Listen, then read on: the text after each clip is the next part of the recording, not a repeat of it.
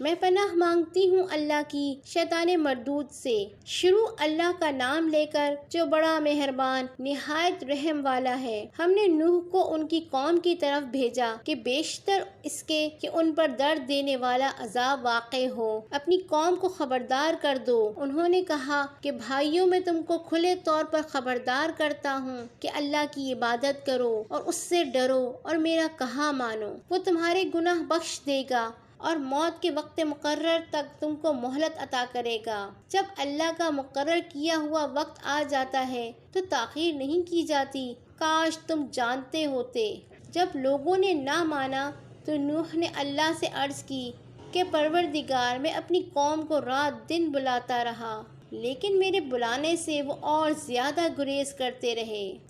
جب میں نے ان کو بلایا کہ توبہ کریں اور تو ان کو معاف فرمائے، تو انہوں نے اپنے کانوں میں انگلیاں دے لیں اور اپنے اوپر کپڑے اوڑھ لیے اور اڑ گئے اور خوب تکبر کرنے لگے۔ پھر میں ان کو بلند آواز سے بھی بلاتا رہا، پھر اعلانیہ بھی اور رازداری سے بھی سمجھاتا رہا۔ پھر میں نے کہا کہ اپنے پروردگار سے معافی مانگو کہ وہ بڑا معاف کرنے والا ہے، وہ تم پر آسمان سے موسلا دھار میں برسائے گا اور تمہارے مال اور بیٹوں میں اضافہ کرے گا اور تمہیں باغ عطا کرے گا اور ان میں تمہارے لیے نہریں بہا دے گا۔ تم کو کیا ہوا ہے کہ تم اللہ کی عظمت کا اعتقاد نہیں رکھتے، حالانکہ اس نے تم کو طرح طرح کی حالتوں میں پیدا کیا ہے؟ کیا تم نے نہیں دیکھا کہ اللہ نے 7 آسمان کیسے اوپر تلے بنائے ہیں اور چاند کو ان میں روشن بنایا ہے اور سورج کو چراغ بنا دیا ہے، اور اللہ ہی نے تم کو زمین سے ایک خاص طرح سے پیدا کیا ہے،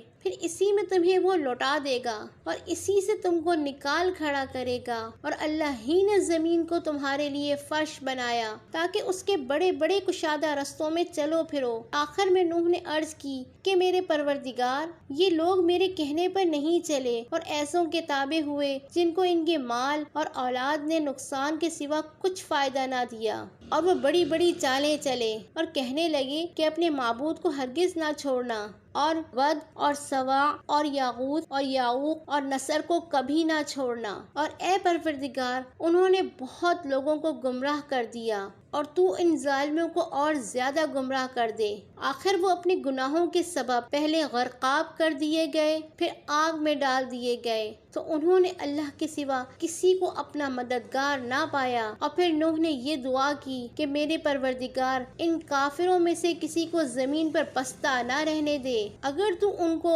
رہنے دے گا تو یہ تیرے بندوں کو گمراہ کریں گے اور ان سے جو اولاد ہوگی وہ بھی بدکار اور ناشکری ہوگی۔ اے میرے پروردگار، مجھ کو اور میرے ماں باپ کو اور جو ایمان لا کر میرے گھر میں آئے اس کو اور تمام ایمان والے مردوں اور ایمان والی عورتوں کو معاف فرما اور ظالم لوگوں کے لیے اور زیادہ تباہی بڑھا۔